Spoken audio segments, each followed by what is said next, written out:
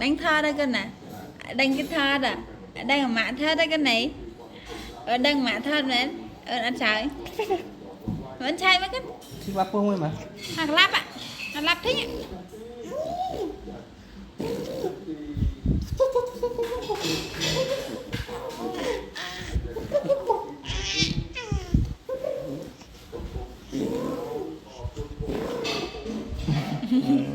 ha ha dah lap Agak hawa mah.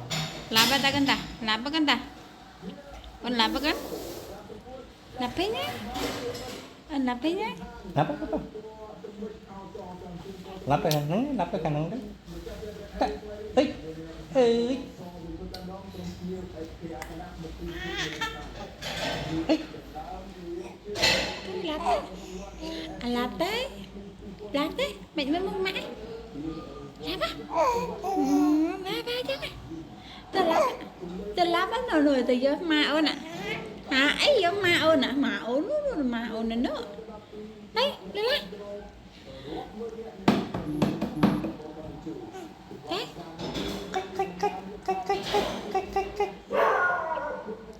đây à đây mày mê chú chăm ấy con mê chú chăm á ta lap á lap á đây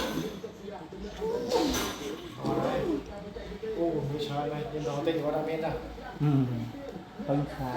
Lựa ỏi. หรือเอาตังค์ไปไงอ่ะ đây là lap anh ta Mà nét đuôi bọt về tinh.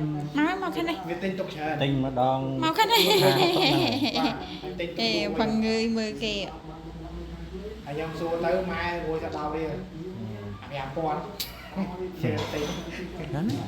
เอี้ยเอ๊ะมาเต้นตะก้อย Bán sẵn đấy. เล่นเต้นตะก้อย